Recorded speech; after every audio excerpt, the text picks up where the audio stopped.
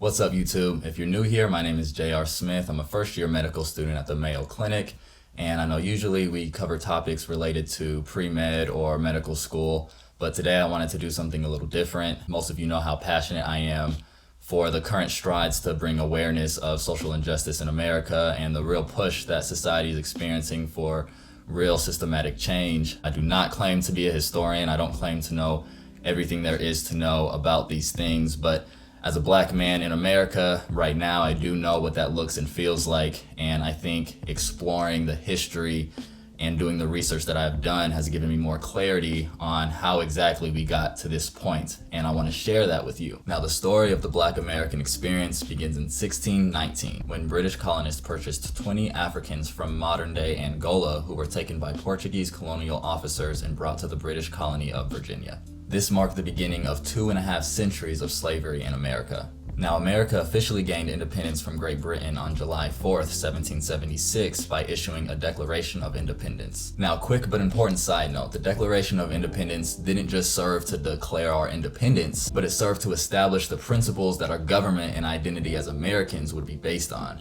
We hold these truths to be self-evident, that all men are created equal, that they are endowed by their Creator with certain unalienable rights, that among these are life, liberty, and the pursuit of happiness.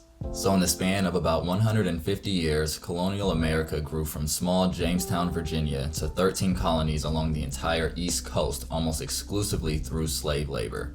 And even though men like Thomas Jefferson, Benjamin Franklin, and John Adams wrote of this country's commitment to civil liberties and equality as stated in the Declaration of Independence, the institution of slavery would continue for almost another 100 years. And in that time, the 13 colonies grew to 36 states, again, relying heavily on slave labor. So if you've ever heard anyone say black people built this country, this is what they're referring to. And I know some of you may be thinking slavery was so long ago, what does that have to do with today? Well, the story of the Black American experience continues. In 1865, the 13th Amendment was passed and slavery officially became abolished. And this milestone in the fight for freedom is what is represented by the recent Juneteenth or June 19th celebrations. Juneteenth is also particularly symbolic of the delay that America had in granting Black Americans civil liberties. On September 22, 1862, President Abraham Lincoln issued the Emancipation Proclamation, indicating that slavery would be abolished starting January 1st of 1863. It took over 2.5 years for Union troops to tell slaves in Texas about their freedom, but the delay in civil rights and true liberties continued, as the question of black people's status in American society remained.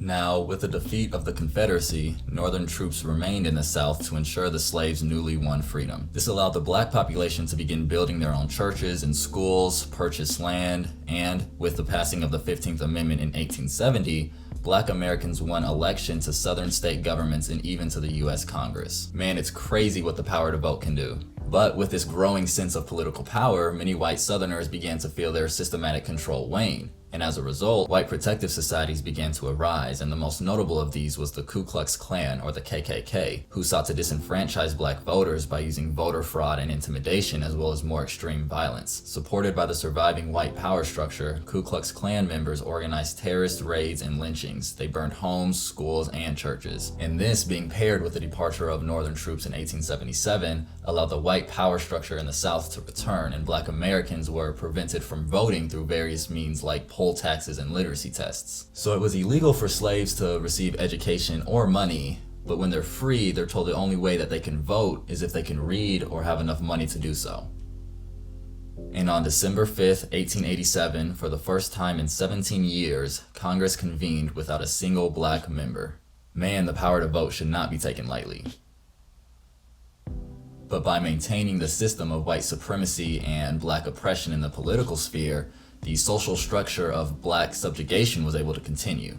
Southern states would write and pass Jim Crow laws that would segregate blacks from white society, and blacks lived under a constant threat of violence. And on May 18, 1896, the U.S. Supreme Court issued its verdict in Plessy v. Ferguson, which upheld the constitutionality of racial segregation laws. But it's important to note something important about this Jim Crow period. Not only were black Americans subjugated to a clearly inferior experience when compared to white Americans, but systematic efforts were made to instill certain biases into the American population through propaganda.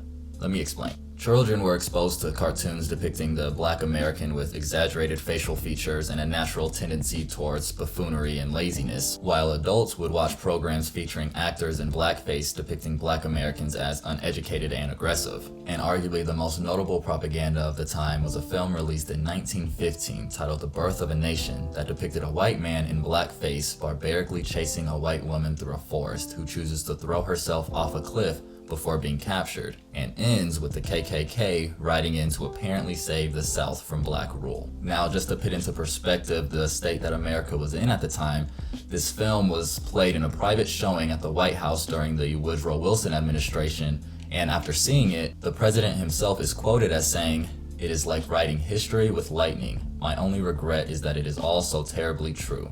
So not only were these grotesque and irrationally false depictions of the Black American weaved throughout society through various forms of media, but they were supported by the president himself. Now let's put some things in a chronological context here. It is now 1915, only about 100 years ago, and the Ku Klux Klan, the KKK, a terrorist organization, is not only being celebrated by mainstream media, but by the President of the United States. But I know, some people still may be thinking that was so long ago.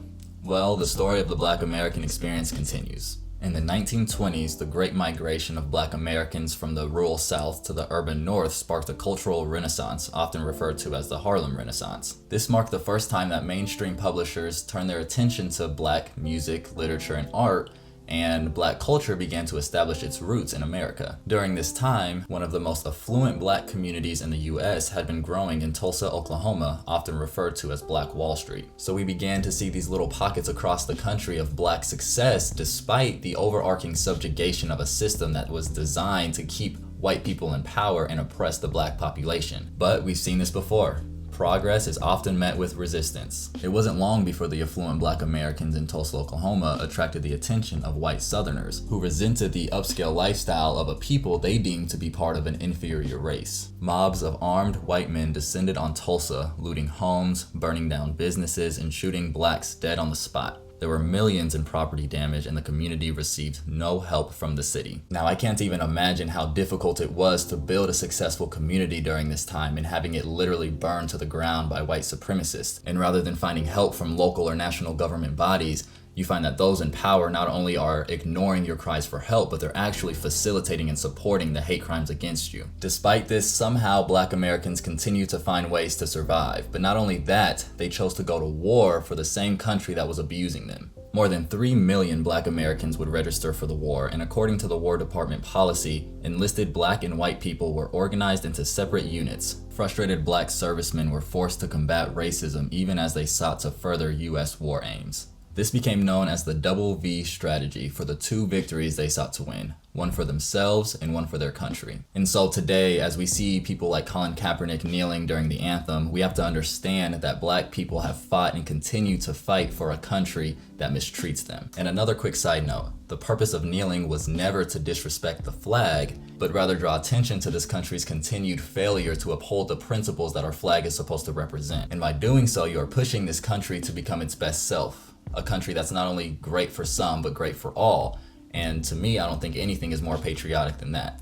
Now, the fight against fascism during World War II brought to the forefront the contradictions between America's ideals of democracy and equality and its mistreatment of racial minorities. After the war and with the onset of the Cold War, segregation and inequalities within the United States were brought into sharp focus on the world's stage, prompting federal and judicial action. And so during this time, President Truman would go on to issue an executive order that abolished racial discrimination in the military. African Americans would achieve notable firsts, including Jackie Robinson breaking the color barrier in Major League Baseball, and civil rights activists Bayard Rustin and George Hauser led Black and white riders on a journey of reconciliation that challenged racial segregation on interstate buses. And on May 17, 1954, the U.S. Supreme Court delivered its verdict in Brown v. Board of Education, ruling unanimously that racial segregation in public schools violated the 14th Amendment's mandate of equal protection of the laws. So again, after tireless efforts to promote change in this country, the Black American experienced a monumental milestone in its quest for freedom and liberty. But as we have learned from previous successes, this accomplishment would be met with serious resistance both from a people and a system determined to maintain the status quo. Efforts by extremists to incite fear continued, and just 1 year after the Brown v. Board ruling, which granted Black children never seen before opportunities, a 14-year-old boy named Emmett Till was kidnapped, tortured, and murdered in Mississippi. The two men involved confessed to the kidnapping and murder of Emmett Till, but were acquitted of all charges by an all-white and all-male jury only after an hour of deliberations. And if you have been paying attention, you may see stark similarities in abuse and lack of justice over 60 years later. Till's mother would go on to hold an open casket funeral for her son in Chicago, simply trying to raise awareness of some of the things that were going on. And as a result of this awareness, international outrage at the crime and the verdict helped fuel the civil rights movement of the 60s. Man, it's eerie how history seems to repeat itself.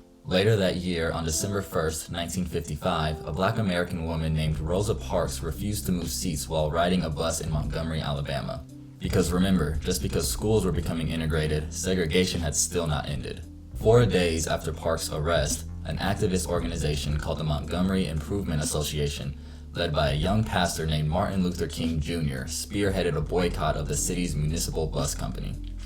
Just the other day, one of the fine citizens of our community, Mrs. Rosa Parks, was arrested because she refused to give up her seat for a white passenger.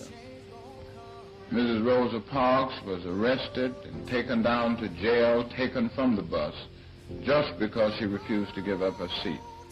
At present, we are in the midst of a protest, and we plan to continue until something is done. The boycott stretched on for more than a year, a time in which the bus companies struggled to avoid bankruptcy. And on November 13, 1956, the U.S. Supreme Court declared the bus company's segregation policy unconstitutional, and Rosa Parks, known as the mother of the civil rights movement, would be one of the first to ride the newly desegregated buses. It's beautiful what can come from acts of protest, isn't it?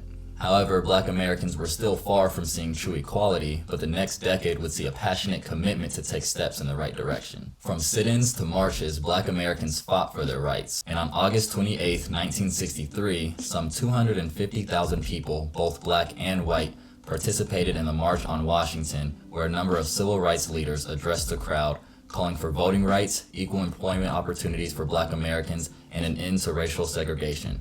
Martin Luther King was the last leader to speak and expressed his faith that one day, white and Black people would stand together as equals and there would be harmony between the races. I have a dream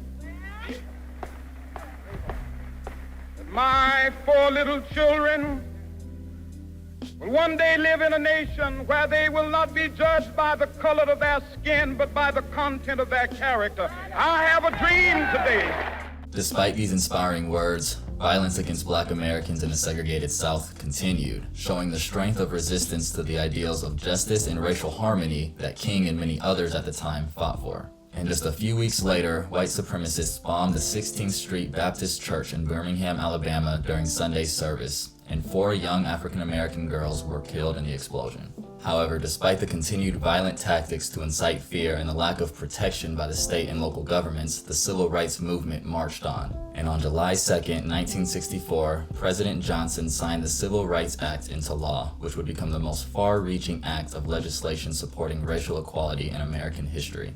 It mandated the desegregation of most public accommodations and guaranteed equal voting rights by removing biased registration policies. But time and time again, the achievements in civil liberties earned by Black Americans was met with extreme resistance. In the coming years, 2 of the most prominent leaders in the Black community, Malcolm X and Martin Luther King, were both assassinated. Now, this resistance didn't just come from direct violence from white supremacists, but again, the structure of the American government and the system in which this country was founded proved resistant to change. The success of conservative politicians during that time, including Richard Nixon's election as president, further discouraged Black Americans, many of whom felt that the tide was turning against the civil rights movement. And the tide quickly did turn as President Nixon declared a war on drugs in 1971. President Nixon's counsel and assistant, John Ehrlichman, who was sent to prison for his involvement in the Watergate scandal, has since shed light on how this was a systematic attempt to maintain the subjugation of the black population. When interviewed, Ehrlichman was quoted as saying, "The Nixon campaign in 1968 and the Nixon White House after that had two enemies,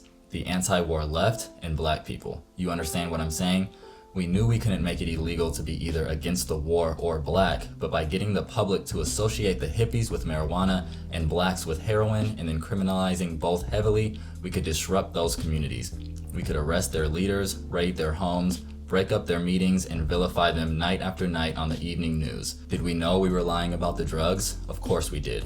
This war on drugs began in 1971 and is a clear example of a system stretching from the president downward that has sought to oppress the black American. And this effort to disrupt the black community is still being felt today, where black Americans are incarcerated at over 5 times the rate of white Americans. That being paired with felony disenfranchisement laws which restrict individuals who have been incarcerated from voting has maintained a system in which black communities have significantly less political power than white Americans, and thus significantly less power to promote change. About 8% of black adults are disenfranchised compared to less than 2% of the non-black population. The structure of this country is built through democracy, or the ability of the people to influence the government. But by having a system in which this ability is continually taken away from one group of people, this country has been able to maintain the abuse of that group of people. And this brings us to today, in a new age of the civil rights movement, not because things have gotten worse, just because things are being filmed. Just as Emmett Till's mother sacrificed to have her mutilated son seen by the public to raise awareness, we are now forced to build a video collection of violent abuses towards the black American for the same purpose: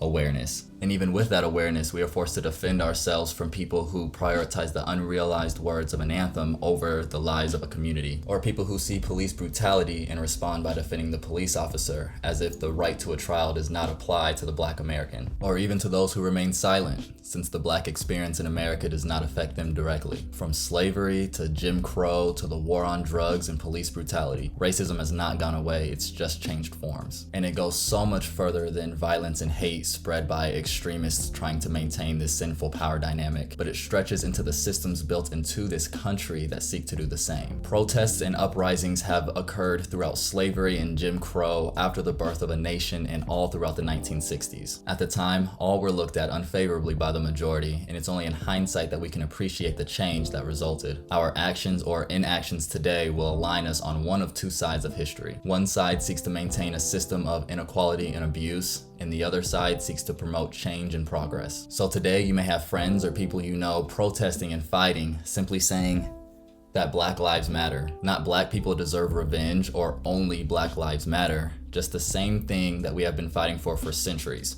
Just to matter, and to hold this country to a higher standard where we can be an example to the rest of the world of a society whose actions line up with the original intents of the founders of this country, that all men are created equal and endowed by their creator with certain unalienable rights, that among these are life, liberty, and the pursuit of happiness. So to those who march or kneel or push for change in your own communities, Black Americans today, as well as our ancestors before, thank you for continuing a fight that started in 1619 and has still yet to end. Because the only way we can experience lasting change is by joining together as a people united, using that oh so important right to vote and seeking systematic change together. We are living in a historic moment right now. Never before has the white community supported change and stood with the Black community to the degree they are now.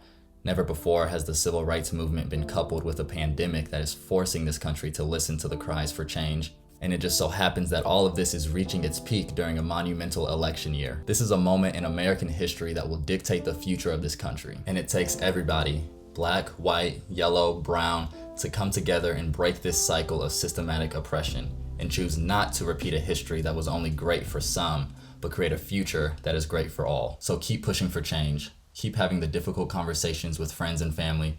Keep educating yourself on the realities of the past and the present. And America, keep evolving, because your people need it. Maybe we should try. Maybe we should try. What if it's different this time?